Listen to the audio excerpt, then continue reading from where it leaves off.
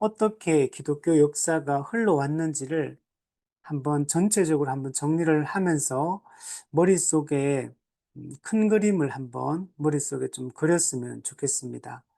그래서 기독교 역사 전체를 우리가 쭉 이렇게 어느 정도 큰 틀을 가지고 있으면 어, 역사 속에서 하나님이 어떻게 일해 오셨는가를 우리가 알 수가 있고, 그리고 하나님이 역사를 어떻게 어느 방향으로 끌고 가는지도 사실 어느 정도는 알 수가 있습니다. 그래서 하나님이 꿈꾸시는 참된 교회가 어떤 교회인지, 그리고 이 교회의 중요한 특징이 무엇이어야 되는지 우리가 교회사를 공부를 해보면 우리가 알 수가 있습니다. 그래서 우리 마음속에 이걸 좀 잘 그림을 그리고 참된 교회, 성경적 교회를 우리가 꿈꾸면서 우리 살아갔으면 좋겠고, 하나님의 나라는 이 교회를 통해서 지금 드러나고 있습니다. 그래서 교회를 우리는 하나님 나라의 공동체다, 또는 새 언약 공동체다, 이렇게 얘기합니다. 그래서 교회 중심의 언약 공동체 중심의 이 삶을 살아가고, 이것이 우리 삶의 기본 생활의 방식, 사고의 중심에 항상 놓여 있는 것이 매우 중요합니다. 그래서 오늘 이 신정통주의에 대해서 한번 알아보는데, 그 전에 전체적으로 신정통주의까지 오는 기간 동안에 어떻게 교회사가 흘러왔는지를 간단하게 한번 정리를 해보면, 우리가 하나님이 천지를 창조하시고 하나님 나라를 세우셨습니다. 근데 인간의 타락으로 문제가 생겼고, 근데 하나님께서는 여자의 후손을 보내어서 하나님이 원래 꿈꾸셨던 하나님 나라를 완성하시겠다고 하나님의 그 계획과 의지를 밝히셨습니다. 구약 이야기는 전부 그 하나님 나라를 회복하실 그 메시아의 오심에 초점이 맞춰져 있고, 또한 그 메시아의 사역으로 말미암아 또 탄생하게 될 이 교회, 그리고 그 메시아의 사역의 효력을 적용할 성령의 오심에 대한 이야기들이 구약에 등장을 하고 있습니다.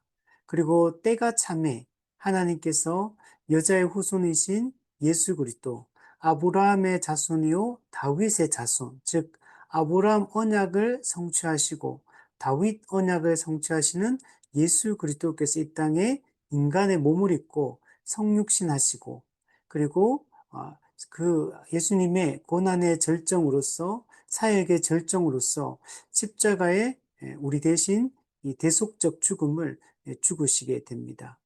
그래서 예수님의 십자가 대속적 죽음을 통해서 하나님이 꿈꾸셨던 그 하나님 나라가 회복이 됩니다.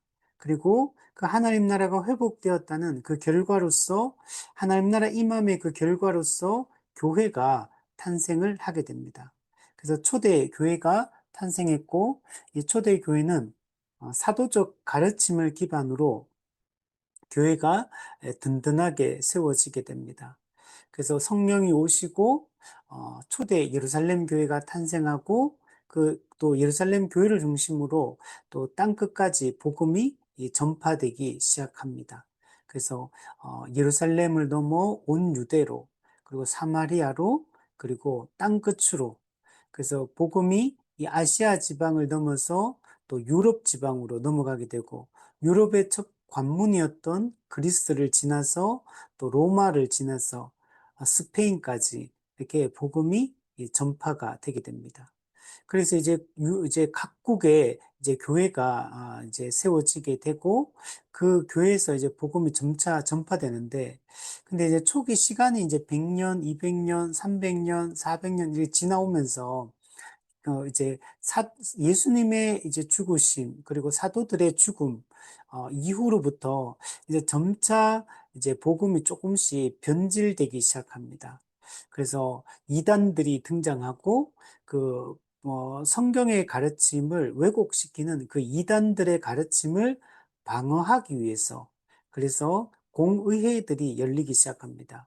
근데 공의회는 그 이단적 가르침에 대한 이 방어 차원이기도 하고, 또 올바른 진리를 또 정립시키는 그런 계기로서 활용이 되게 됩니다. 그래서 초기 교회 때 특히 이제 삼위일체 교리, 특히 기독론과 관련해서 또 이렇게 교리들이 정립이 되어지게 됩니다. 우리가 지금 알고 있는 이 삼위일체론, 그리고 성부, 성자, 성령의 그 위격과 사역에 대한 그 이해들이 사실 이 초기 교회 때 거의 형성이 되었다라고 얘기할 수 있고, 우리는 그것을 물려받아서 지금까지 그 신앙을 견지를 하고 있습니다. 근데 이제 기독교가 공인이 되고 난 이후부터 기독교가 조금씩 이제 변질되기 시작합니다. 초반에는 이 변질이 심하지 않았지만 점점 갈수록 중세시대 때 복음에 대한 이 변질이 일어나기 시작합니다.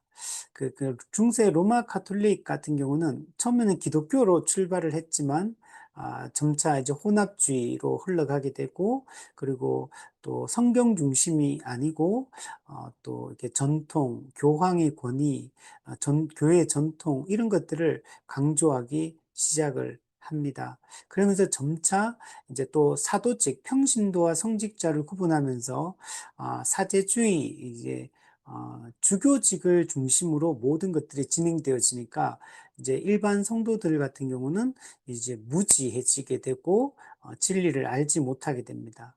그럼 앞에 있는 사람들이 똑바로 잘 성경을 해석하고 교리적으로 정립하고 잘 가르치면 또 괜찮은데, 근데 사실은 위에서부터 이제 주교직을 가진 사람들부터 다 이제 왜곡되고 문제가 있었기 때문에 수많은 이단적 사상들을 로마 중세 시대 동안 그런 교리들이 만들어지게 됩니다.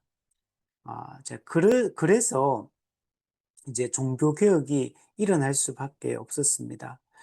성경을 읽고 성경을 올바르게 이해한 사람들이 볼 때는 중세 로마 가톨릭의 그 가르침들과 또 그런 전통 중심의 또 이런 교회의 모습들, 그리고 교회의 본질인 유기체성을 이제 무너뜨리고 조직체성을 절대화시킨 이런 교회의 왜곡된 모습들이 워낙 강했기 때문에, 그래서 종교개혁이 일어나게 됩니다.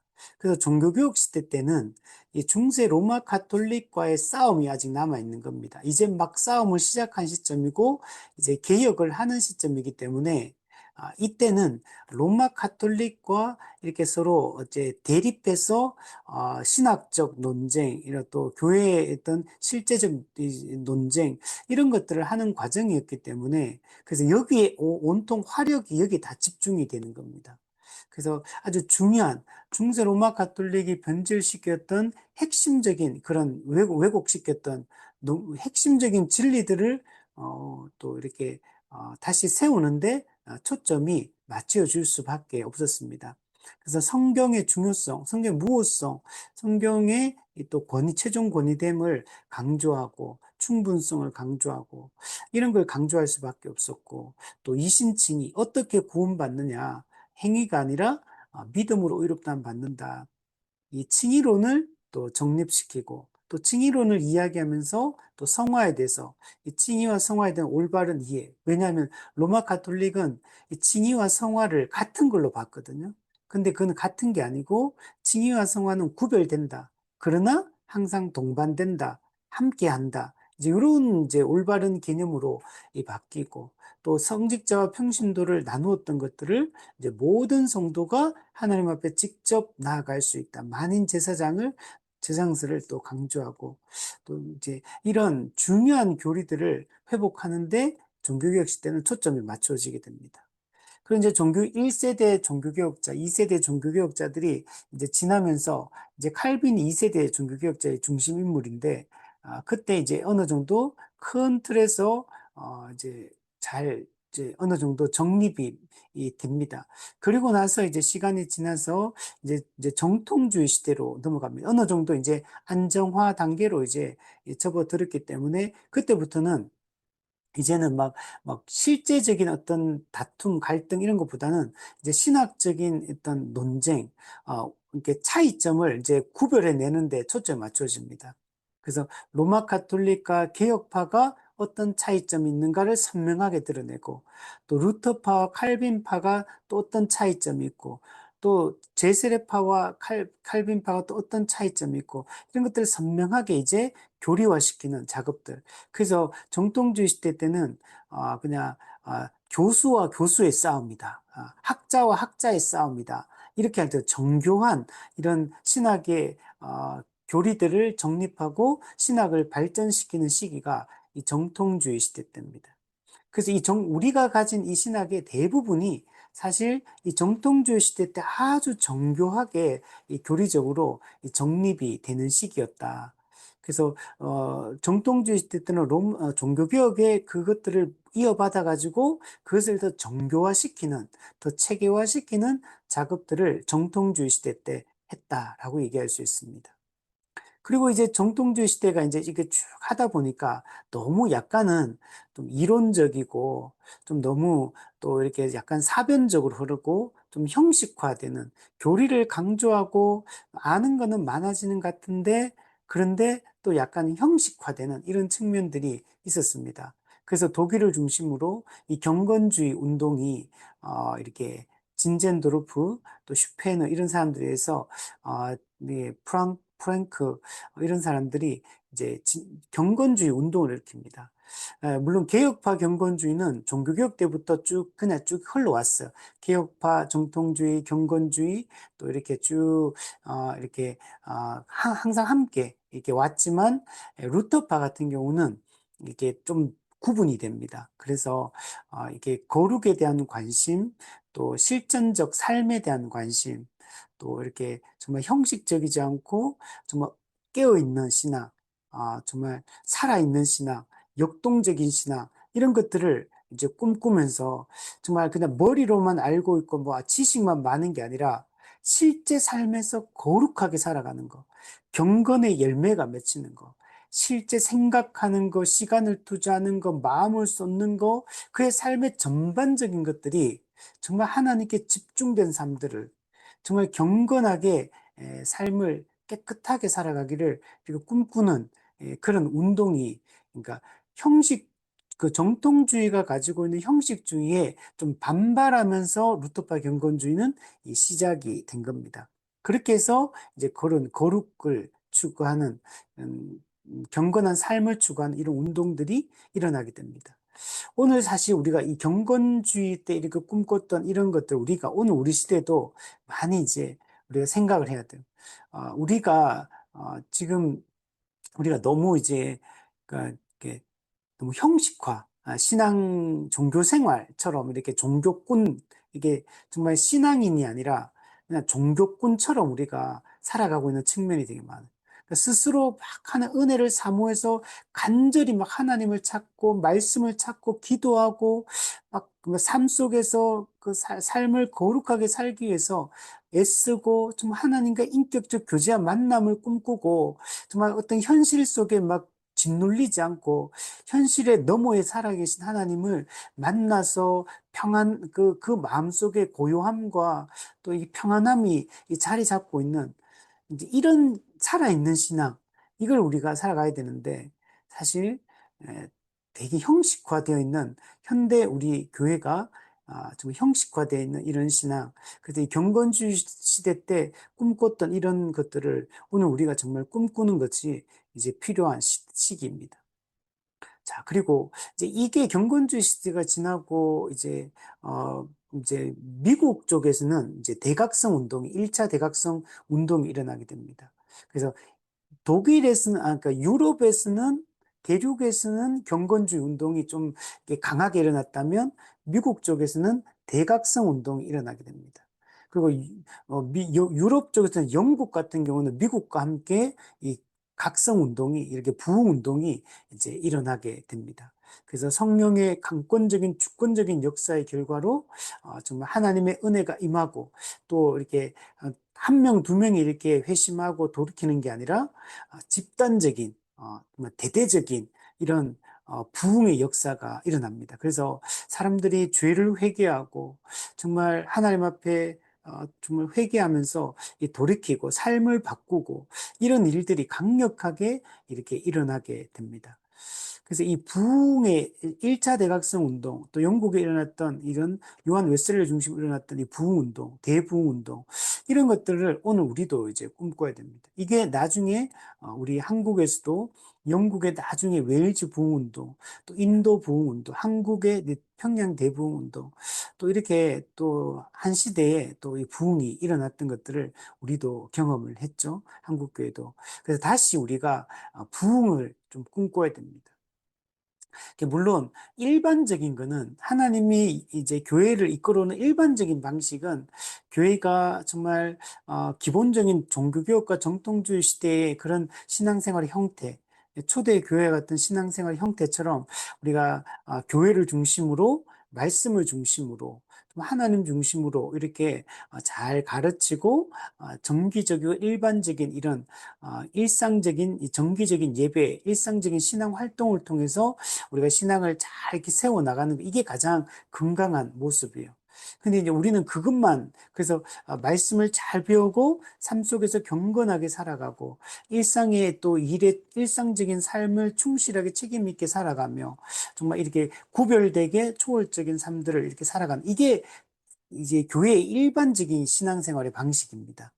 이제 우리는 이걸 꿈꿔야 돼요. 그래서 정기적인 예배와 일상적인 신앙생활을 통해 우리가 거룩하게 구별된 이 삶들을 살아가는 거. 이게 우리가 꿈꿔야 될 기본적인 방식인데, 근데 우리는 이런 것만 꿈꾸는 게 아니라 또 교회사 속에 나타났던 그런 대부흥을 또 이렇게 성령의 강권적인 역사로 시대를 전환시키고 사람들을 일깨우는 영적 각성을 일으키는 이런 것들을 꿈꿔야 됩니다. 지금 우리가 이렇게 보게 되지만 교회가 어떻게 보면 역사적으로 보면 정말 많고 뭐 인터넷 유튜브 뭐 어디에서나 말씀을 듣고 어디에서나 기도할 수 있고 어디에서나 자유가 제한되는 게 아무것도 없고 이런 복음으로 인한 이 정치적 박해나 사회적 박해나 개인적 박해나 이런 것들이 사실 아주 일부의 어떤 곳에서만 있지 지금 현대에는 사실 그런 것들이 거의 없는 시대를 우리가 현재 살고 있습니다. 그래서 그냥 이게 정말 이게 정말 성령의 그런 역사를 통해 우리가 확 뒤집어지는 어떤 이런 것들이 좀 필요하다라고 생각이 들어요. 정말 이게 너무나 이게 너무 요즘 개인주의도 강하고 너무 또 부유합니다. 먹고 사는 게 너무 아무런 고민이 없는 시대를 살고 있기 때문에 물론 우리는 상대적으로 지금은 좀 더 이제 상대적 빈곤을 느끼고 박탈감을 느끼지만 역사적으로 이렇게 잘 사는 시기가 없거든 사실은. 지금 그 옛날에 그냥 진짜 말 그대로 한 끼 그냥 밥 한 끼 라면 하나 사 먹는 게 부담스러운 이런 시대가 아니고 지금은 사실은 기본적인 것들은 다 할 수 있고 자기가 조금만 성실하게 욕심 안 부리고 살면 사실 그냥 일상적인 생활은 다 영위되는 시대를 우리가 살고 있고 또 사회적인 국가 시스템도 또 우리의 기본적인 생활을 보장해주는 시스템들이 사실 다 갖춰 있는 이런 시대를 살고 있어요. 그러니까 이게 힘든 일이 사실 고난이라는 것도 딱히 없고, 딱히 뭐 이렇게 뭐 생존과 관련된 그런 것들도 사실은 우리가 상대적으로 뭘 좀 더 힘든 건 있지만, 좀 그런 밖의 시기와 비교했을 때는 좀 말도 안 되게 잘 사는 평안한 시대를 현재 우리는 살고 있죠. 그러다 보니까 하나님의 은혜에 대한 사모함 이런 것들이 이제 거의 이제 별로 없습니다. 재림에 대한 소망이나 천국에 대한 소망 이런 것들이 매우 약한 아주 그냥 이 현실에 그냥 이제 이렇게 그냥 우리가 소망을 두고 살아가는 이런 시대를 우리가 살고 있습니다. 그래서 정말 이 부흥의 그런 시대처럼 그런 부흥의 역사가 오늘 정말 필요하다라고 생각이 듭니다.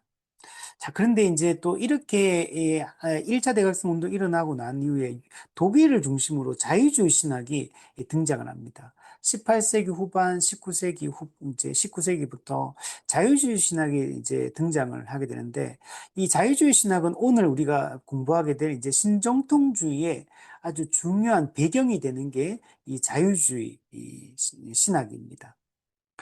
그래서 자유주의 신학은 합리주의적 계몽주의에 기반해서 이렇게 인간 중심의 어, 어떤 이제 신앙을 추구했던 운동이 이 자유주의 신학입니다. 그래서 오늘 우리가 이 부분에 대한 얘기들을 또 좀 많이 나눠야 됩니다. 자, 그리고 이렇게 자유주의 초자연적인 것들을 배제하고 이렇게 살아가는 자유주의 신학이 득세하고 또 이제 이렇게 유럽에서는 자유주의 신학이 득세할 때 미국에서는 2차 대각성 운동이 찰스 피니를 중심으로 또 일어나게 됩니다.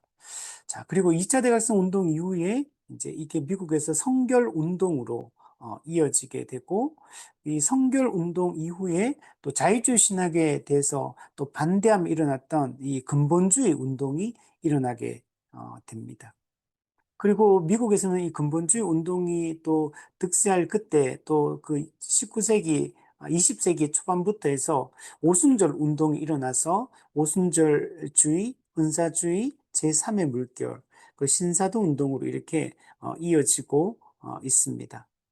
자, 그리고 우리가 오늘부터 공부하게 될 이 신정통주의는 미국에서 그러니까 약간 자유주의, 그리고 오순절주의, 그리고 신정통주의, 또 세대주의 이런 것들이 좀 맞물리는 시기에 또 이게 이 신정통주의는 미국이 아니고 유럽 쪽에서 이 맞물리는 시기에 유럽의 스위스의 칼바르트를 중심으로 해서 이게 신정통주의 운동이 일어나게 됩니다. 그래서 오늘부터 이제 신정통주의에 대한 얘기들을 한번 살펴보려고 하는데 이 신정통주의도 자유주의라는 이 배경 속에서 등장을 하게 된 겁니다. 미국에서는 자유주의 신학에 반대하고 싸움에 일어났던 운동이 근본주의 운동이었습니다. 그리고 그 근본주의 운동의 주요 세력은 세대주의였다라고 얘기를 했었죠. 그래서 세대주의도 결국은 이제 내세를 이렇게 꿈꾸는 이런 운동이기 때문에 그래서 근본주의 안으로 세대주의가 들어와서 자유주의 신학과 함께 싸우는 이런 좀 약간은 좀 특이한 현상이 일어났고 유럽에서는 또 그리고 또 오순절 운동이 미국 일어날 때 유럽에서는 신정통주의 이 운동이 일어나게 됩니다. 그래서 오늘 신정통주의의 기본적인 내용들 그리고 또 이게 신정통주의 일어나게 된 이 배경들에 대한 이야기들을 오늘 한번 살펴보도록 하겠습니다. 자, 우리 그 내용을 한번 보시면 신정통주의, 자, 신정통주의, 신복음주의처럼 그러니까 신이 새로운 붙었으니까 정통주의를 이어가려고 하는 운동이다. 라는 걸 기본적으로 생각해 볼 수 있죠. 신정통주의. 종교개혁 이후에 정통주의 시대가 있잖아요. 그 정통주의 시대를 이어가려고 하는 새로운 운동이 이 신정통주의다. 근데 신정통주의, 신이 붙으니까 정통주의하고 거기서 뿌리를 두고 거기서 시작은 했지만, 그러나 정통주의하고 똑같지는 않습니다, 사실은. 그래서 조금 신정통주의가 정통주의를 계승하려고 하고 또 특히 자유주의 신학과 맞서 싸우기 위해서 일어났다는 측면에서 봤을 때는 이 신정통주의가 그 발발한 배경들을 봤을 때 우리가 충분히 이해가 되고 동의가 되고 그리고 그 당시로 봤을 때는 사실 대단한 운동이었어요. 사실 자유주의 신학이 워낙 강하게 유럽에서는 독일을 중심으로 또 미국에서도 또 이후에 엄청 세게 등장하거든요. 그래서 미국 교회도 나중에 한 7, 80%가 자유주의 신학으로 넘어갑니다. 그만큼 득세하고 그때 이제 유럽에서는 신정통주의가 싸우고 미국에서는 근본주의가 또 자유주의 신학과 맞서 싸웠던 것을 볼 수 있습니다. 그래서 이런 뭔가가 이렇게 등장할 때는 다 이유가 있고 또 이유를 살펴보면 이해가 돼요. 이래서 이런 것들이 등장할 수밖에 없구나. 그러니까 작용, 반작용이 일어나는 거죠. 어. 사실 자유주의 신학이 등장했던 것도 또 이해가 돼요. 그 당시로 봤을 때는. 이 복음을 어떻게든지 그 합리주의적인 생각을 가진 사람들에게 복음을 잘 전하기 위한 그런 노력의 일환으로서 자유주의 신학이 처음에는 등장했는데 그게 나중에 이제 너무 나가버렸기 때문에 이제 문제가 되고 이제 심각한 이제 왜곡과 변질로 나타나게 되었거든요. 근데 신정통주의도 이거는 조금 약간 비슷한 측면이 신정통주의는 물론 자유주의 신학처럼 그렇게 간 건 아닙니다. 근데 이게 정통주의에서 이제 벗어난 가르침들을 신정통주의도 하게 됩니다. 그러나 처음 시작은 이 자유주의 신학에 맞서 싸우기 위해서 시작되었다라고 말할 수가 있습니다. 자, 그래서 그 내용을 한번 보시면 신정통주의는 자유주의 신학에 반대한 신학사조다. 자유주의 신학에 반대하면서 일어나게 되었다. 그만큼 당시 유럽 사회가 자유주의 신학이 엄청나게 득세하고 있었고, 특히 이제 독일을 중심으로 아주 강력하게 일어나고 있었습니다. 그래서 1차 세계대전이 1914년에 일어나는데, 이 1차 세계대전 이후에 이 신정통주의가 시작이 되고, 1930년대에 큰 영향을 끼치는 신학적 흐름으로 이게 성장을 하게 됩니다. 그래서 1차 세계대전, 그리고 미국에서 1929년에 있었던 경제대공황, 이게 상당히 중요한 이 신정통주의가 발생하게 된 배경을 형성을 하고 있습니다. 그리고 신정통주의는 지금까지도 큰 영향력을 행사를 하고 있다고 말할 수가 있습니다. 우리 신정통주의의 대표적인 인물이 칼바르트인데, 이 칼바르트를 이제 좋아하는 우리나라에서 이 신정통주의 신학을 많이 좋아하는 게 통합측입니다. 그래서 이 통합신학교에서는, 칼바르트를 되게 좋아하고 칼바르트에 대해서 많이 가르칩니다.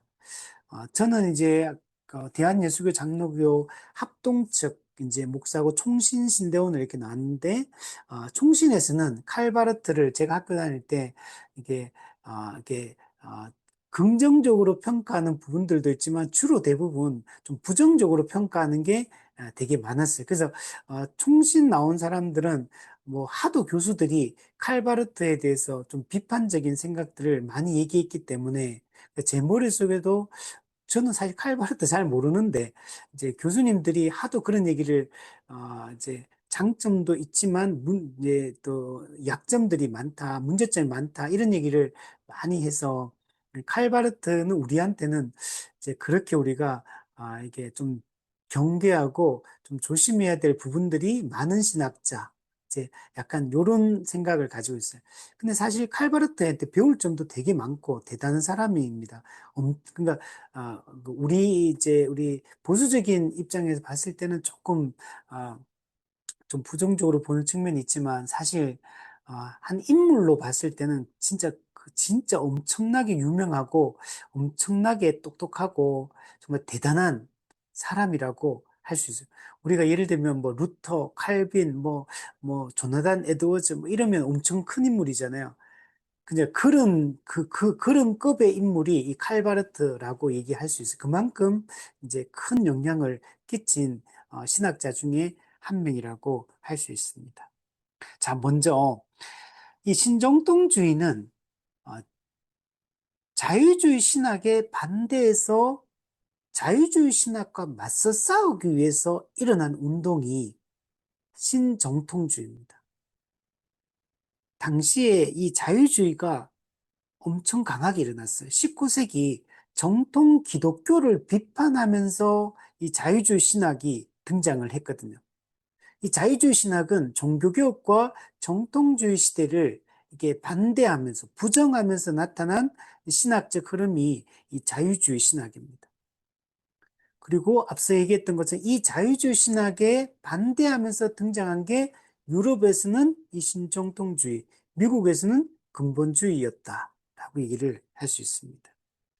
이 자유주의 신학은 당시 이 계몽주의, 합리주의적 계몽주의 그 시대, 그리고 과학이 발전하고 산업이 발전하는 그런 시대, 사람들은 이 진보적인 생각, 낙관적인 어떤 그런 생각들을 가지고 있는 그런 그런 시대가 당시였던 겁니다.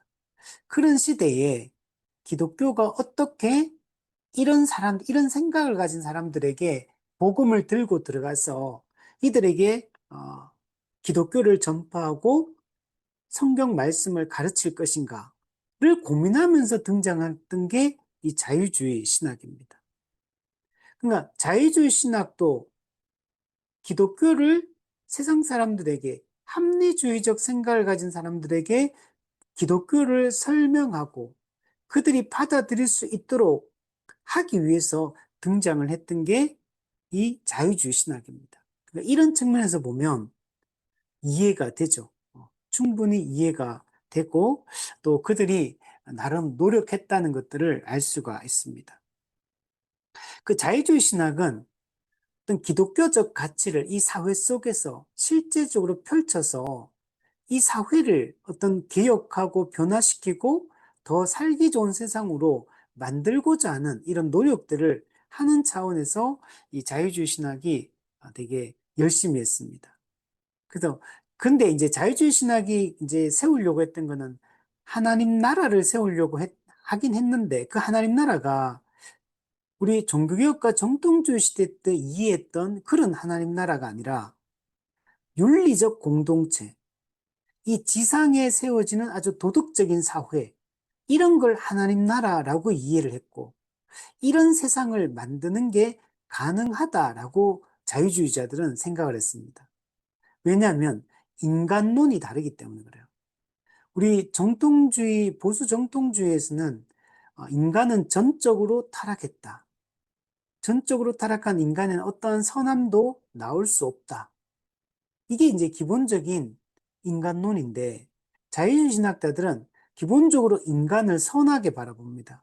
인간은 선하고 그 선한 인간의 노력과 그 힘으로 이런 좀 아주 진보적인 사회, 아주 윤리적 공동체, 이런 하나님 나라를 이 땅에 세울 수가 있다. 그래서 점점 사회는 발전하고 진보되어져 갈 것이고 문명은 발전할 것이고 그래서 이런 이 땅에 이런 아주 유토피아적인 이런 세상, 윤리적 공동체를 만들 수 있다. 하나님 나라를 건설할 수 있다.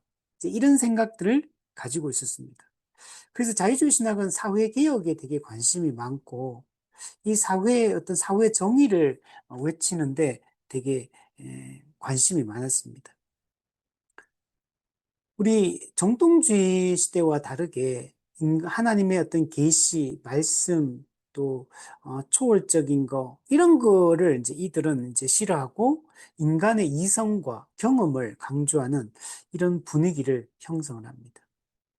그러다 보니까 자유주의 신학은 정통주의 시대의 이런 신학과 교리를 정통 교리와 신학을 이 부정을 합니다.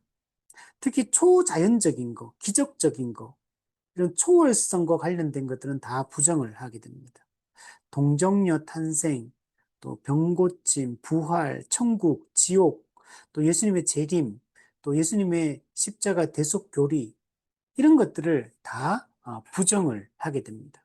그러니까 여기서부터 자유주의 신학은 정통 기독교에서 이미 멀어져 나갔다라고 얘기를 할 수 있습니다. 특히 성경관의 문제가 많아요. 우리 정통 이 기독교는 성경을 살아계신 하나님의 말씀으로 이해합니다. 성령의 감동으로 기록된 오류가 없는 하나님의 말씀이다. 이렇게 기본 성경의 무호성을 주장하고 성경의 충분성을 이렇게 주장하고 이렇게 하는데 자유주의 신학은 이 성경의 권위, 성경의 무호성, 충분성, 완전 영감성 이런 것들을 다 부정을 합니다. 그리고 성경에 있는 기적적이고 초자연적 요소 다 빼버리고 윤리 도덕적인 가르침들만 남겼습니다. 그래서 인간의 이성을 통해서 신학을 전개해 나가는 게 이 자유주의 신학입니다. 우리는 단순히 인간의 이성만으로 신학을 하는 게 아니죠. 성령의 또 감동, 성령의 조명하심, 우리는 성령의 역사를 통해 성경의 진리를 우리는 알아가고 그리고 그것을 이제 정립하고 이런 과정을 거치는데 여기서는 인간의 이성으로 모든 신학을 재단하는 이런 매우 이제 인간 중심적이고 또 주관적인 이런 이 성경관을 가지고 있습니다.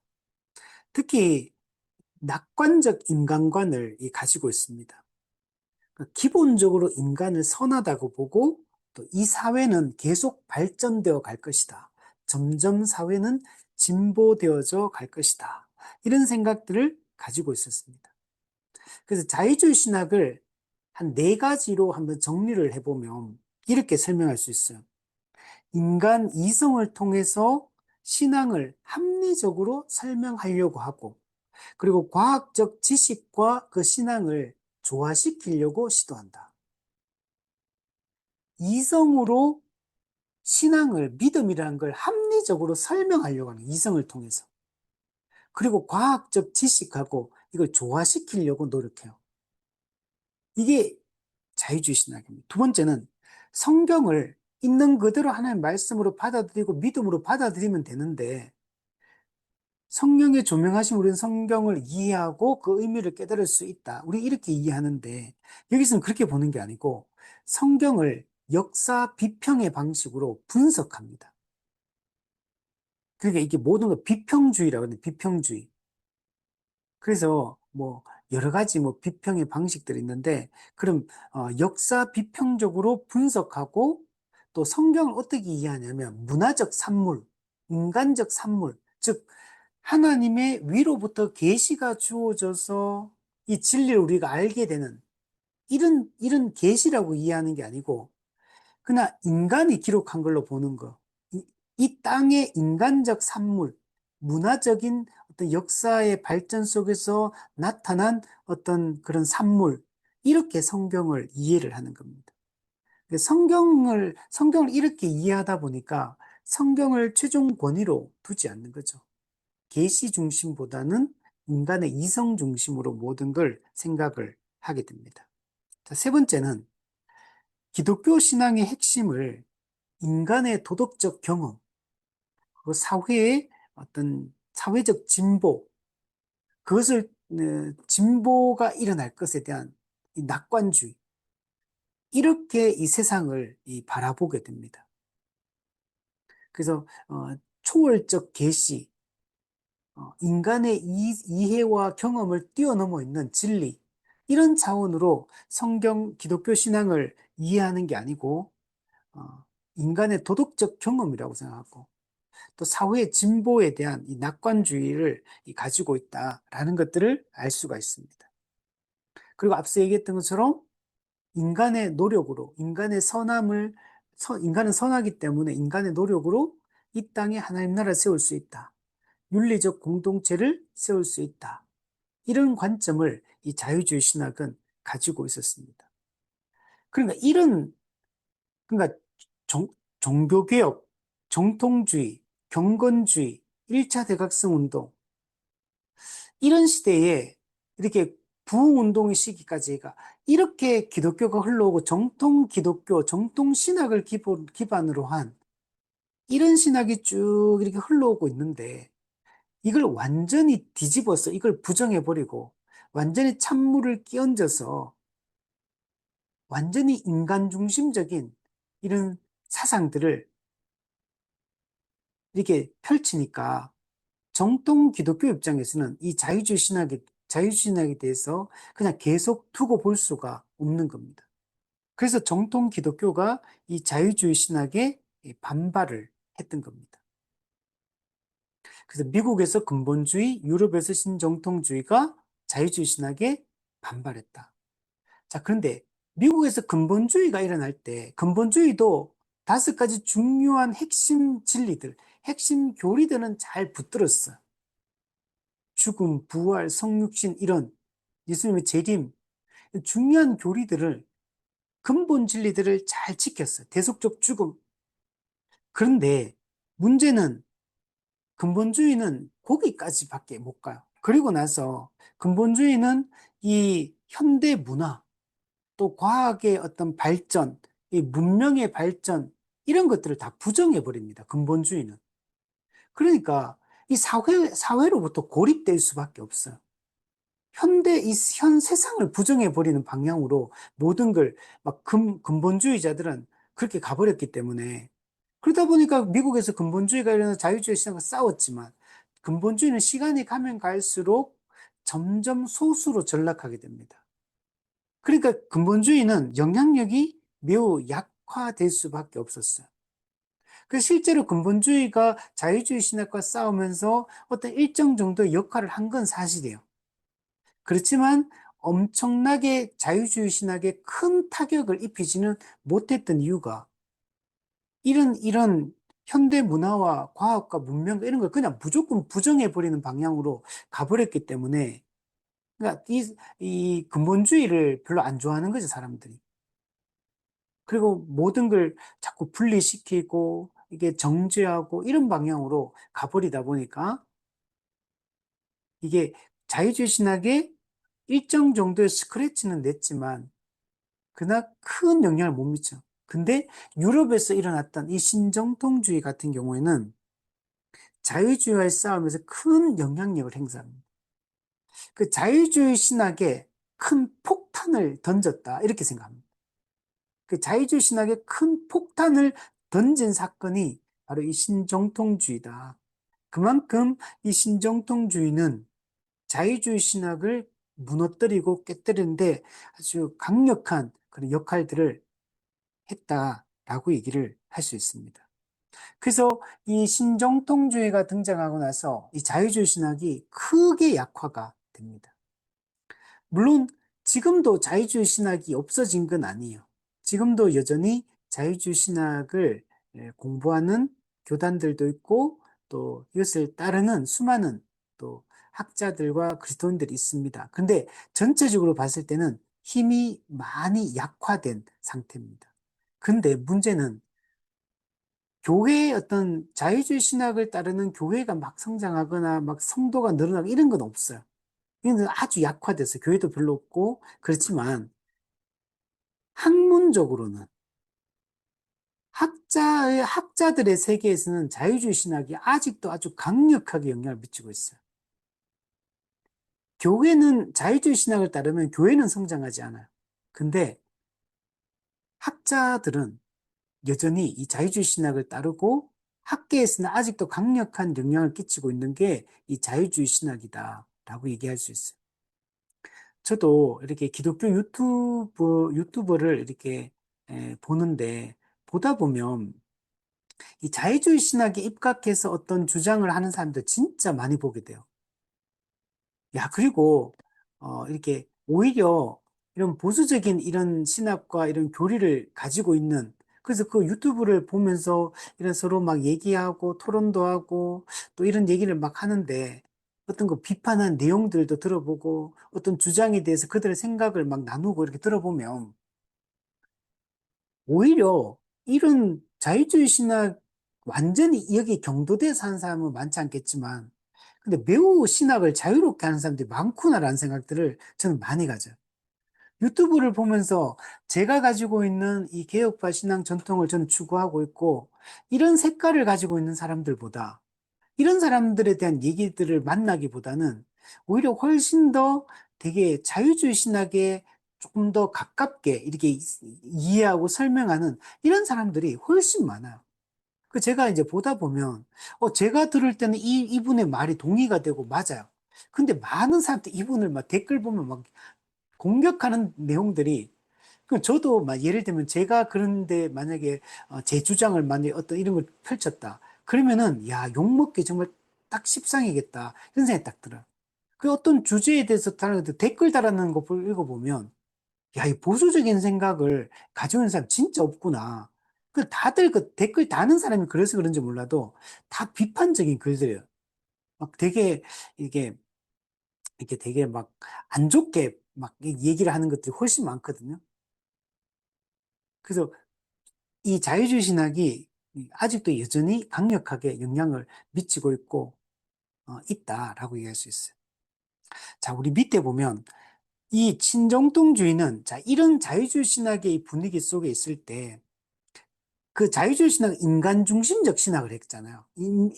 인간 중심적 신학을 했다면 신정통주의는 이 자유주의 신학에 반발하며 등장했기 때문에 철저히 하나님 중심적 신학, 성경 중심 이런 걸 강조를 합니다.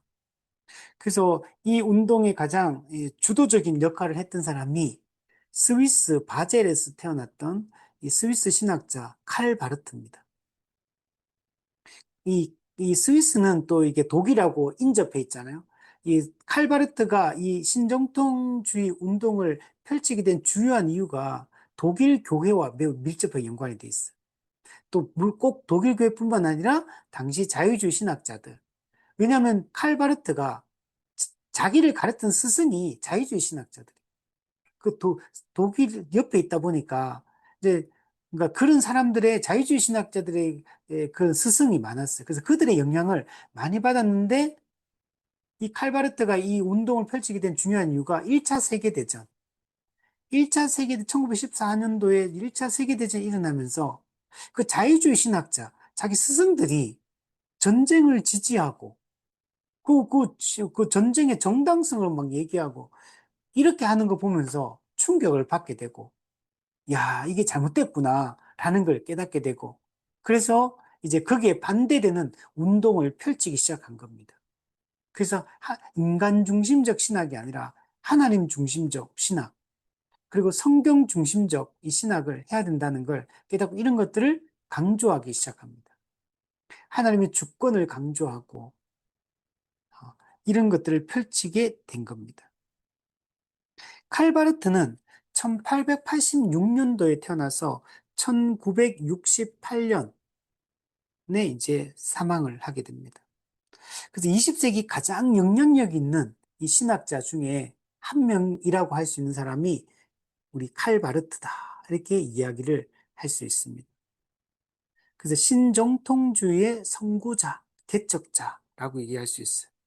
자유주의에 대항해서 기독교 신학의 이 본질을 회복하려고 노력했던 사람이 이 바로 칼 바르트다라고 얘기할 수 있어요. 그래서 칼 바르트가 자유주의 신학에 반대하면서 이 종교교육과 정통주의 신학을 모티브로 해서 이제 운동을 펼쳤고 그래서 신정통주의다라고 얘기를 하는 겁니다. 그러니까 기본 그 배경이 종교교육과 정통주의를 따르려고 했다. 자유주의 신학을 싸우기 위해서 이것을 모티브로 시작했다라고 얘기할 수 있습니다. 자, 그러면 칼바르트가 이런 신정통주의 신학을 이렇게 내세우며 이런 운동을 펼치게 된 주요한 이 큰 배경이 있습니다. 그래서 그 밑에 보면 세 가지로 나누어서 오늘 여기까지 한번 살펴보도록 할게요. 오늘 뭐 내용이 조금 좀 이런 얘기들이 좀 많은데 좀 재미없을 수도 있을 것 같아요. 그래도 한번 잘 들어보시면 그래 왜 이런 게 운동이 일어났는지 배경을 잘 이해를 해야지 우리가 잘 이해가 돼요. 그러면 이래서 이런 운동이 일어났구나라는 것들을 알아야지만 그러니까 이런 흐름들을 이해를 잘 할 수가 있습니다. 재밌습니다. 네. 네, 첫 번째 한번 보면 배경을 보면 서구 사회의 모더니즘, 현대주의, 이 합리주의, 이 모더니즘이 붕괴를 하게 됩니다. 그래서 모더니즘이 붕괴할 때 기독교가 여기에 대해서 반응을 한 게 신정통주의다라고 얘기를 할 수 있습니다. 이 모더니즘은 앞서서 얘기했던 그 합리주의 시대, 계몽주의 시대를 얘기하는 거예요. 이 근대 사상, 근대주의죠. 근대주의. 인간의 이성을 강조하고 과학을 중시합니다. 그래서 이성적으로, 과학적으로 모든 걸 설명하려고 합니다.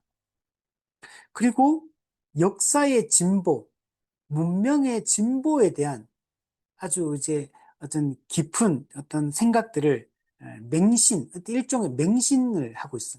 이성, 과학, 진보, 발전, 이런 거에 대한 어떤 맹신을 가지고 있어. 근데 그럴 수밖에 없었던 게 합리주의 시대 때 그 이제 그 우리 역사적으로 거슬러 올라가 보면 합리주의, 계몽주의 이렇게 그리고 산업의 발전, 문명의 발전, 과학의 발전 이런 것들이 쭉 이어져 왔거든 실제로 역사적으로 보면. 서구 사회가 그렇게 흘러왔기 때문에 뭔가 인간에 대한 낙관적인 생각을 가질 수밖에 없는 이런 분위기였던 겁니다, 실제로. 자, 그래서 근데 이제 모더니즘 사회가 이렇게 흘러왔는데, 근데 1차 세계대전이 발발을 해요. 1914년. 그리고 1929년에 경제 대공황이 일어나게 됩니다. 그러다 보니까 이런 진보적 낙관주의가 붕괴를 하게 됩니다. 진보적인 인간관을 가지고 있었거든요. 또 사회의 발전에 대한 이 낙관적인 생각을 가지고 있었는데 1차 세계대전 어떤 경제 대공황 그리고 좀 있다가 2차 세계대전 일어나거든요. 이런 걸 겪으면서 사람들 생각이 바뀌어요. 그전까지는 인간은 선하다 생각했고 앞으로 계속 발전되어 갈 거다 이렇게 생각했는데 1차 세계대전을 겪으면서 인간의 이 죄악상이 확연하게 드러나거든, 적나라하게. 또 계속 이게 산업이 발전하고 과학이 발전하고 문명이 발전하면서 계속 발전되어져 갈 거라 생각했는데 경제 대공황이 일어나면서 전 세계적인 영향을 끼치고 그래서 아주 상황이 나빠지는 거. 정치적으로도 경제적으로도 모든 게 다 부정적인 방향으로 흘러가기 시작한 겁니다. 그러니까 이제까지 가지고 있었던 낙관주의가 무너지게 되는 겁니다. 이런 상황 속에 친정통주의가 등장을 하게 되는 겁니다. 근데 이제 이런 이 모더니즘하고 자유주의 신학은 밀접하게 맞닿아 있거든요. 그래서 이때까지 자유주의 신학이 교회에 아주 부정적인 영향을 이 근대주의에 기반해가지고 모더니즘에 기반해가지고 강력하게 그 주장들을 해왔거든요.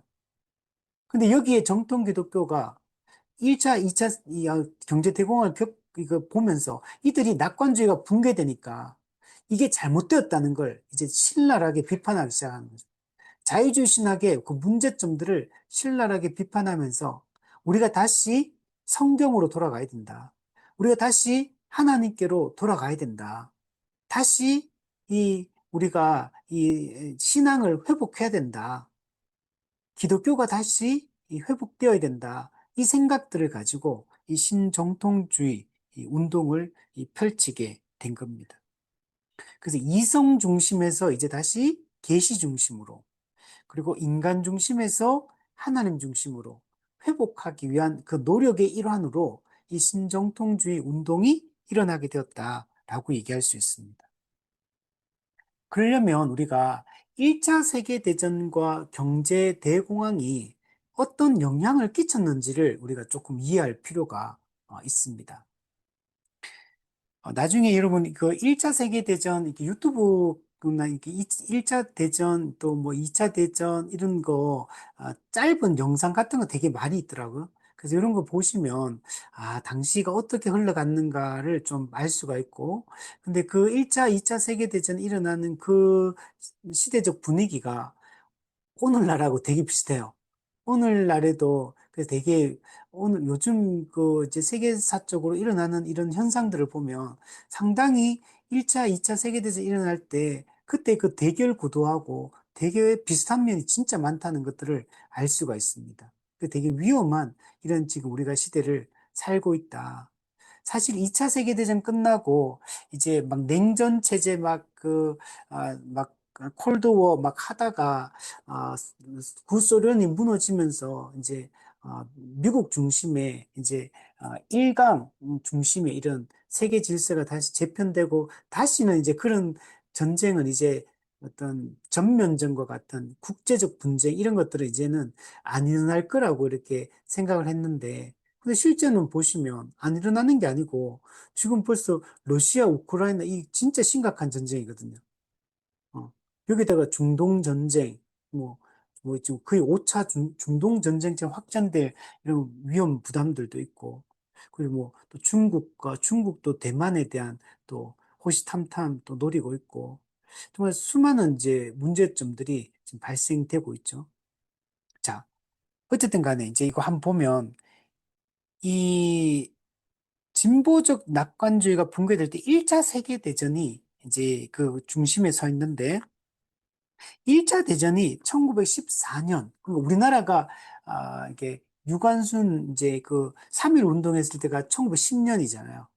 1907년도에 평양 대붕 운동 일어나고, 1910년도에 이제 이제 백만인 구령 운동이 일어나고, 우리 한국에는, 그리고 그때 또, 또 우리가 이제 주권을 또 일본에게 빼앗기고, 그 우리나라는 일제 식민지 치하였죠. 그 초기죠. 식민지 초기 때, 이제 그런 시기였는데, 그 일본의 이 군국주의가 이렇게 발흥할 때, 이제 유럽에서는 1914년도부터 1918년까지 이제 1차 세계대전, 세계대전, 그레이트 워, 대전이 일어난 거, 대전, 세계.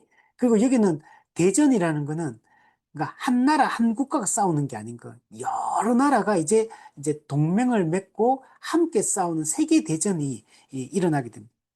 이 세계적인 전쟁이 일어나. 이거 여러분, 역사적으로 처음 있는 일이에요, 이게.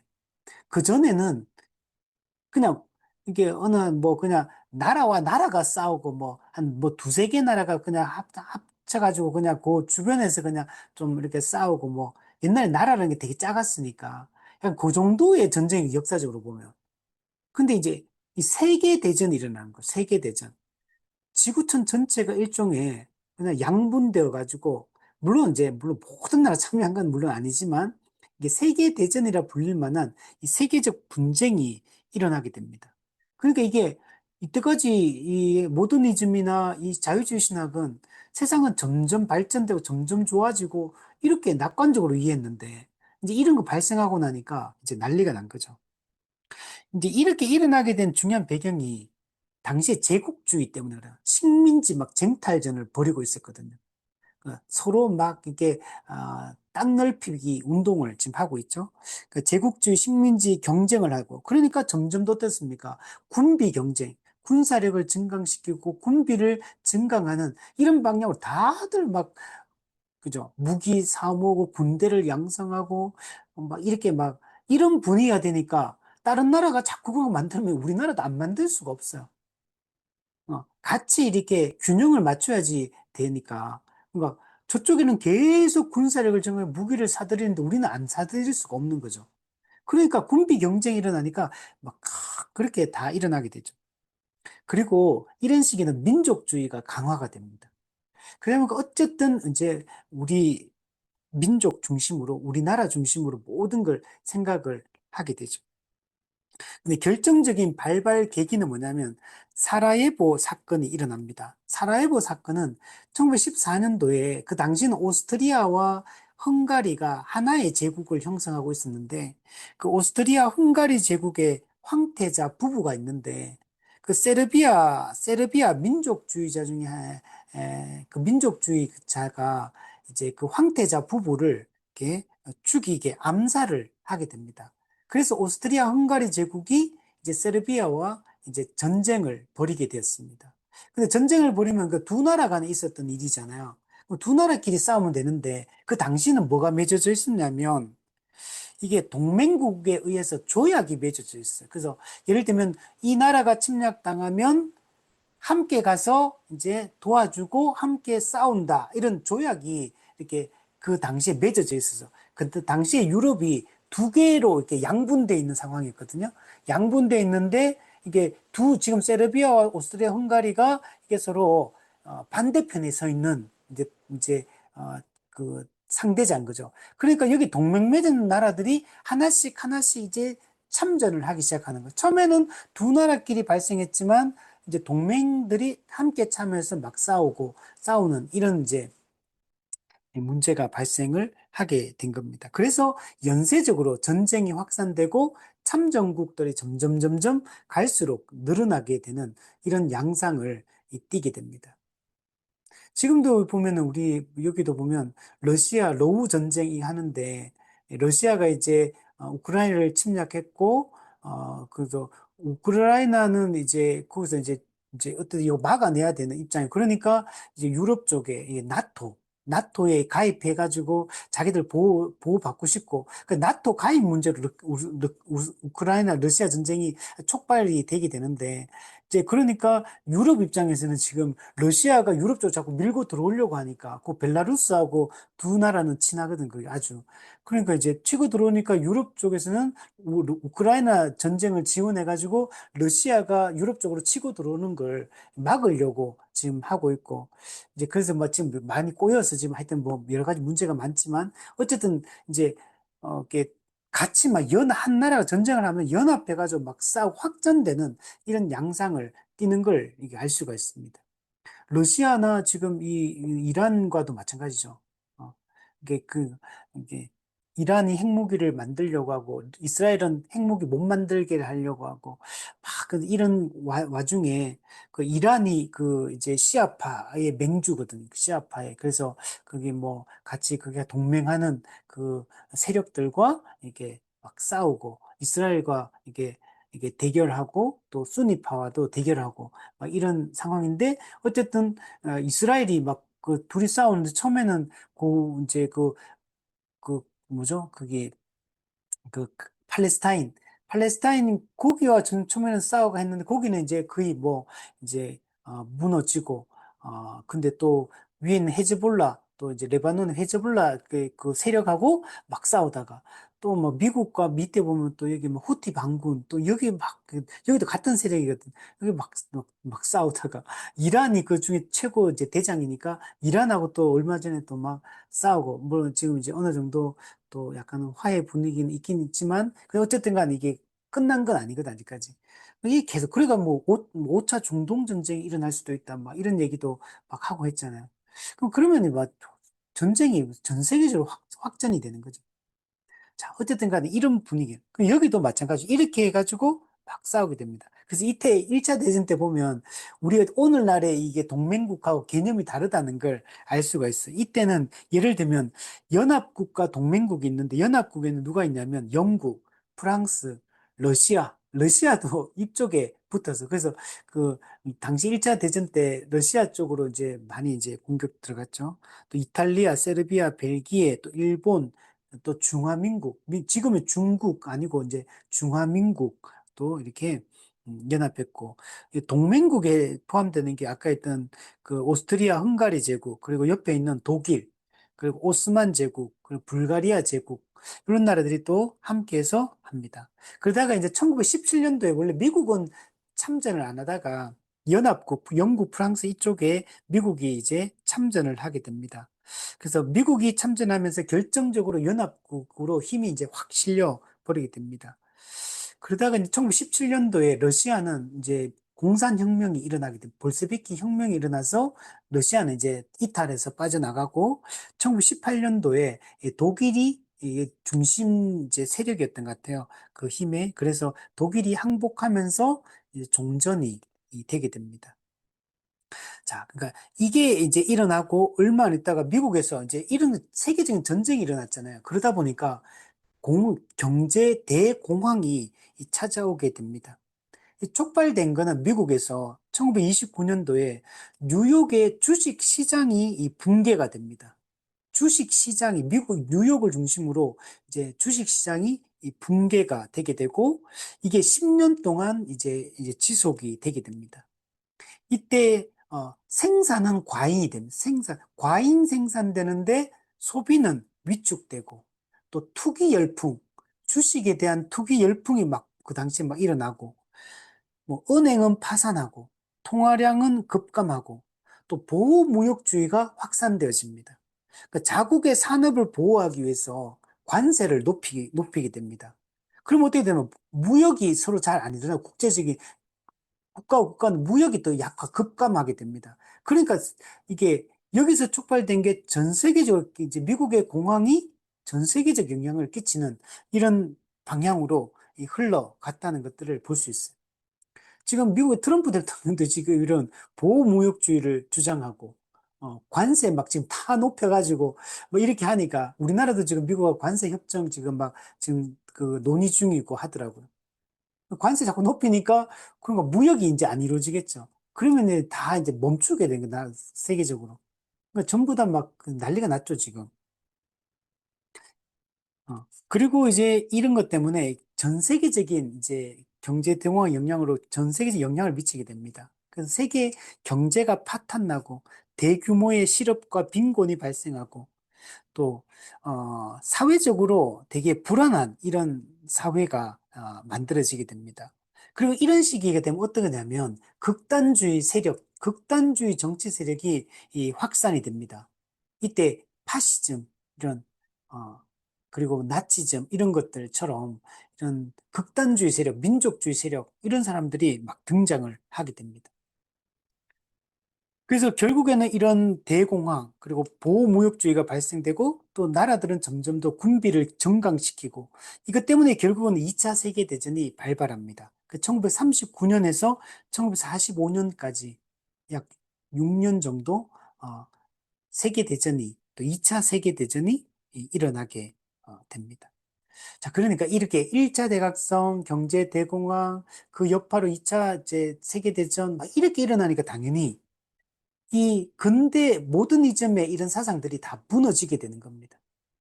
그래서 나중에는 후기 현대주의, 이 포스트 모더니즘으로 넘어가게 되죠. 그러니까 모든 것을 이제 해체하고 상대화시키고 절대적인 거 부정하고 전통적인 거 다 부정하는 전통적인 권위 다 부정하는 이런 시기로 넘어가게 되는 겁니다. 자, 그러니까 이런 모더니즘, 그리고 또 이제 모더니즘의 그 결과가 1차 대전, 경제대공황 이런 걸 통해 가지고 진보적 낙관주의 다 무너져 버리는 거예요. 근데 이런 것들을, 이걸 기반으로 세워졌던 신학이 뭐냐면 자유주의 신학이거든요. 그건 자유주의 신학. 그 자유주의 신학도 모더니즘의 붕괴와 함께 자유주의 신학에 대한 반대, 또 그에 대한 저항, 이런 감이 당연히 생길 수밖에 없겠죠. 근데 결정적으로 이 자유주의 신학에 대해서 반대하면서 신정통주가 일어나게 된 배경이 그 3번에 보면 자유주의 신학자들의 전쟁 지지 및 변절. 여러분, 기본적으로 1차 세계대전이 일어났을 때 독일의 이 자유주의 신학자들이 이 1차 세계대전, 독일군이 여기서 아주 중심적인 역할을 하게 되는데, 이런 군국주의, 전체주의, 이걸 독일 그 자유주의 신학자들이 이걸 동의합니다. 이 전쟁을 지지합니다. 전쟁 지지, 여러분, 그 성명서를 발표를 합니다. 교회가, 독일 교회가. 그러니까 그럼 왜 그러면 독일 자유주의 신학자들을 중심으로 이 독일 교회들이 왜 이 전쟁에 이걸 지지했느냐? 이 자유주의 신학의 특징 때문에 이걸 지지를 했던 것. 이 자유주의 신학은 이 근대주의에 기반을 하고 있잖아요. 그래서 이걸 전쟁이 일어났을 때 이걸 지지를 하는데 뭐라고 지지하냐면 1차 대전이 일어났을 때 이거는 이 전쟁은 정의로운 전쟁이다. 이 정의로운 전쟁이다. 그럼 왜 정의로운 전쟁이냐? 이 전쟁은 기독교적 가치를 수호하려는 전쟁이다. 이런 명분을 내세웁니다. 기독교적 가치를 수호하기 위해서 이 전쟁, 우리는 전쟁에 참여한다. 정의로운 전쟁을 하는 것이다. 이렇게 하면서 자유주의 신학들이 지지 성명을 발표하고, 그때 뭐라고 얘기하냐면, 이 전쟁은 기독교적 가치를 수호하려는 전쟁이고 정의로운 전쟁이기 때문에 하나님은 우리와 함께 하신다. 하나님은 우리 편이다. 이렇게 얘기해요. 하나님은 우리 편이다. 근데 이거는 반대편에 영국과 그 러시아와 프랑스와 이제 이쪽 미국과 이쪽에서도 그들도 예수 믿는 사람들이거든. 독일과 이 오스트리아 이쪽도 예수 믿는 사람이고, 그러니까 독일군이 이제 이쪽에서는 신학자들이 하나님은 우리 편이다. 그래서 이 전쟁은 정의로운 전쟁이니까 우리가 해서 이겨야 된다. 이제 이렇게 이 발표를 하게 됩니다. 근데 이제 그러면 왜 자유주의 신학자들이 이 1차 세계대전을 이렇게 찬성하고 그 정당성을 주장을 했느냐? 이걸 한마디로 이야기하면 문화 기독교라고 얘기했어요. 문화 기독교. 이것은 무슨 말이냐면, 이 당시 독일 교회는 자유주의 신학이 주류 신학이었거든요. 그러니까 물론 독일 교회가 다 자유주의 신학을 따르는 건 아닙니다. 근데 주류 교회가 이 자유주의 신학을 따르고 있었는데, 이들은 어떤 생각을 가지고 있었냐면, 교회와, 그다음 교회는 이 국가와 문화에 대해서 깊이 연결되어 있다라고 생각하는 거예요. 이게, 그러니까 교회하고 이 국가, 또 독일이 가지고 있는 이 문화, 이거하고 교회하고 연결되어 있다. 연대의식을 가지고 있었다는 거예요. 그리고 기독교 신앙을 독일의 문화, 독일의 민족 정신이 발현된 것이다.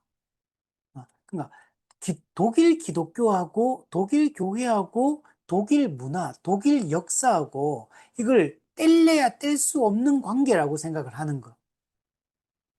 그러니까 독일이라는 이 국가가 지향하는 이런 가르침이나 또는 이런 방향성, 이거는 독일 교회가 함께 가야 될 길이라고 생각을 하는 거예요. 신앙과 이 국가 문화를 이렇게 연결해서 이야기합니다. 그러니까 이런 민족주의 열풍이 일어난 거예요. 이런 열풍 속에서 독일 그 자유주의 신학을 따르는 교회들도 이 전쟁을 지지하고 여러분 나섰던 겁니다. 이런 거 여러분 이거 조심해야 돼요, 이거. 우리가 기독교적 가치를 수호하기 위한 것이다라고 하면서 이 죄를 저지를 수도 있는 거. 이게 성경적으로 옳지 않은 것을 어떤 이런 명분을 내세워서 이런 전쟁을 지지하고, 그죠? 어, 정의를 굽게 만들고, 이게 약간 어떻게 보면 좀 생각이 이게 약간 세뇌당한 거죠. 이게 전혀 기독교적이지 않은 건데, 이걸 기독교적인 것이다. 라고 이렇게 받아들이고, 이게 어떤 이 기독교적 가치를 무너뜨리는 세력을 적이라고 상정하고, 이게 파시즘이거든요. 파시즘은 항상 적을 상정하거든요. 그럼 그 좌표를 딱 찍어가지고 저 사람을 공격해라. 저 세력을 무너뜨려라. 이게 파시즘의 전체주의. 이게 무서운, 지금 우리나라도 그렇고 세계적으로 일어나는 게 이 파시즘이거든요. 이게 보면은 이게 심각해, 이런 문제들. 그러니까 지금 여기도 독일 교회도 당시에 그랬던 겁니다. 이게 아주 위험하죠. 그러니까 누가 이걸 바라보냐 하면 칼바르트가 이걸 본 거예요. 자기, 그 독일의 그 자유주의 신학자의 자기 스승인데, 이 1차 세계대전이 일어났을 때 이걸 지지하고 나서고 이런 것들을 모습을 보면서, 그리고 이걸 갖다가 기독교와 이걸 연결시켜가지고 막 설명하고, 하나님 우리 편이라고 하고, 막 이런 얘기를 막 하니까 칼바르트가 충격을 받게 됩니다. 그러면서 자신을 가르쳤던 그 스승들이 사실은 잘못된 것이다. 이거는 그리고 이 자유주의 신학이 잘못된 거다. 인간 중심적이고 문화에 종속된 이 자유주의 신학은 잘못된 것이다. 라고 이제 깨닫게 된 거야. 그래서 여기에 반대하면서 이제 인간 중심적이 아니라 하나님 중심적. 그리고 그 문화에 종속된 기독교가 아니라 어, 이제 이런 것들은 잘못되었다라고 말하면서 철저히 말씀 중심의 이런 신학을 해야 된다. 성경 중심의 이 신앙을 가져야 된다. 이 생각을 철저하게 가지면서 이 자유주의 신학에 반대하면서 이 칼바르트가 이 신정통주의 이 운동을 펼치게 여러분 되었던 겁니다.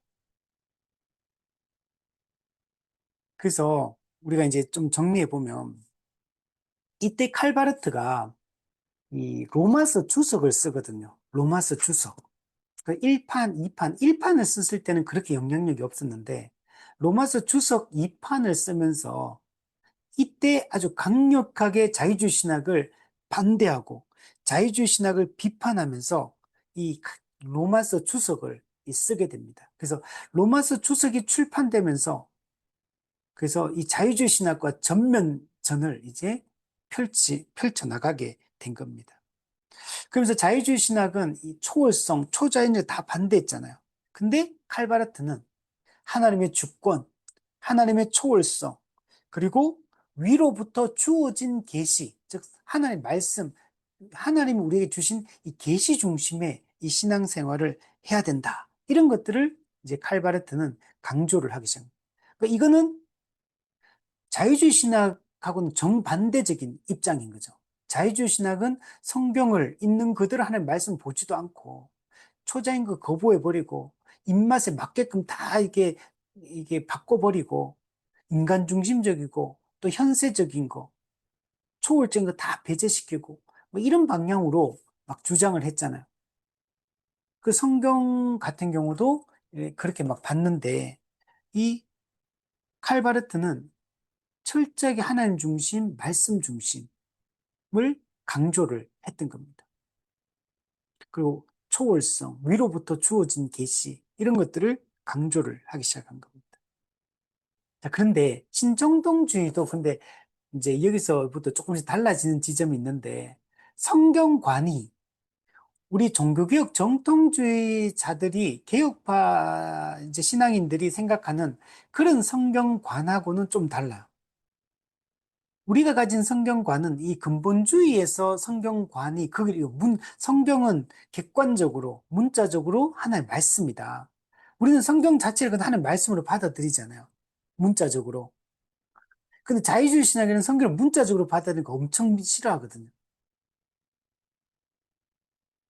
근데 신정통주의는 자유주의에 반대해가지고 성경을 중요하게 생각해요. 성경을 강조하고 성경을 되게 하나의 말씀이라고 위로부터 주어진 계시라고 주장을 하는데 어떤 차이점이 있냐면 성경 자체를 그냥 하나의 말씀이라고 보진 않아요. 우리는 성경 자체를 그냥 하나의 말씀으로 보는 거거든요. 객관적인 하나님 말씀, 기록된 말씀. 근데 여기는 이제 성경 자체를 하나의 말씀으로 보지는 않고 사람이 성경을 통해 하나님을 만날 때 그때 하나님의 말씀이 된다라고 해요. 된다. 하나님을 딱 인격적으로 딱 만날 때 성경을 통해서 그러면 그 말씀은 하나님의 말씀이 된다. 근데 만약에 성경을 읽고 성경을 들었는데 내가 인격적으로 하나님 못 만났어. 그러면 그 성경은 나에게 하나님의 말씀이 아닌 거야, 아직까지. 내가 진짜 하나님 만나고 내가 진짜 그 말씀이 나한테 내가 하나의 인격적인 이 관계가 맺어질 때 그때 그 하나님의 성경은 하나의 말씀인 거예요. 그거는 나한테 하는 말씀이 된 거. 근데 실제로 그 말씀이 나한테 영향을 끼치지 않고 내가 변화가 안 되면 거듭나지 않으면 그건 아직 내한테 하는 말씀이 아닌 거. 하나님 말씀이 아니에요. 근데 우리는 어떤 사람이 성경을 받아들이든 믿든 안 믿든 성경 자체가 하나의 말씀이다. 우리는 이렇게 보는 거잖아요. 그러니까 이 칼바르트도 성경관에 있어서 차이점이 있어. 그리고 이제 다른 신학적인 이 측면에서도 또 약간씩은 기본 종교개혁과 정통주의 신학을 따르기는 따르지만 우리가 정통적으로 배워왔던 그 신학과 교류와는 차이점이 있다라고 이렇게 말할 수가 있습니다. 그래서 칼바르트의 그런 신학 사상에 대해서도 우리가 또 이제 다음 주에 우리 한번 살펴보도록 하겠습니다. 자, 그래서 전체적으로 한번 정리해 보면 신정통주의는 자유주의 신학에 반대해서 나타난 흐름이다. 자유주의 신학이 워낙 강하게 그 당시에 영향을 미치고 있었기 때문에 유럽 사회에 특히 그래서 여기에 대해서 반대하면서 신정통주의가 일어났고 특별히 당시 이 자유주의 신학 그리고 그 당시에 모더니즘 사회가 그 낙관적인 생각을 가지고 있었는데 그게 세계대전 1차 경제공황을 통해서 낙관주의가 붕괴되고 또 특히 자유주의 신학자들이 또 교회가 이런 것들을 전쟁을 지지하고 이런 모습에 이 자유주의 신학이 가진 한계점을 발견하고 하나님 중심 또 어떤 이런 성경 중심의 이런 신앙을 강조하는 그래서 원래 종교개혁과 정통주의 시대의 그 신앙으로 돌아가려고 하는 이런 운동이 이 신정통주의다라고 얘기할 수 있습니다. 그래서 신정통주의가 자유주의 신학과 싸우고 아주 그게 폭탄을 던져서 자유주의 신학을 이제 강하게 이제 깨뜨리는 역할을 했다는 측면에서 신정통주의가 얼마나 큰 역할을 우리 기독교에 했는가를 우리가 생각할 수 있고, 하나님 중심 또 하나님의 초월성을 강조하고 성경을 중요시 여기고 이런 측면들 오늘 우리도 이걸 붙들어야 됩니다. 하나님의 절대 주권을 붙들어야 되고, 자, 이런 우리가 신앙생활을 하도록 힘을 써야 된다. 자, 그러나 이제 약간 다른 측면이 있다. 그래서 그 부분은 다음 주 우리가 살피면서 우리가 또 경계해야 될 부분들이 또 있다. 그래서 우리는 철저하게 우리는 신정통주의를 따르는 게 아니라 16세기, 17세기의 종교개혁과 정통주의 시대를 우리는 추구하고 그때의 그 신학과 교리로 우리 나아가야 된다.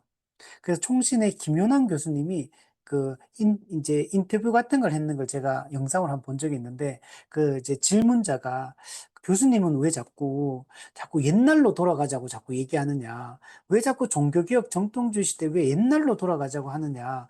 이제 그 이유가 뭐냐? 이런 질문을 던지고 교수님이 거기에 대해서 왜 우리가 글로 가야 되는지에 대해서 쭉 설명을 하더라고요. 근데 지금 제가 참 은혜가 되더라고요. 들으면서. 그래서 우리 추구해야 될 지점은 바로 초대교회가 우리가 추구해야 될 지점이고, 또 종교개혁 정통주의 시대, 이때가 우리가 정말 추구해야 될 우리의 방향성이다라고 얘기를 할 수 있습니다.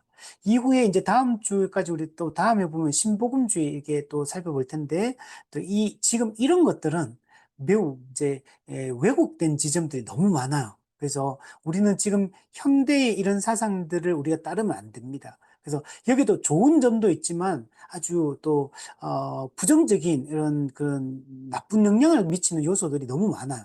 그래서 교리적으로도 그렇고 또 여러 가지 그런 형태도 그렇고 형식도 그렇고, 그래서 이런 것들이 우리의 목표나 우리 모델이 아니라 우리는 종교개혁, 정통주의, 그리고 거슬러 가면 초대교회, 이게 우리가 꿈꾸고 나아가야 될 방향성이다. 이렇게 우리 생각을 해야 됩니다. 자, 우리 오늘은 여기까지 우리 하도록 하겠습니다.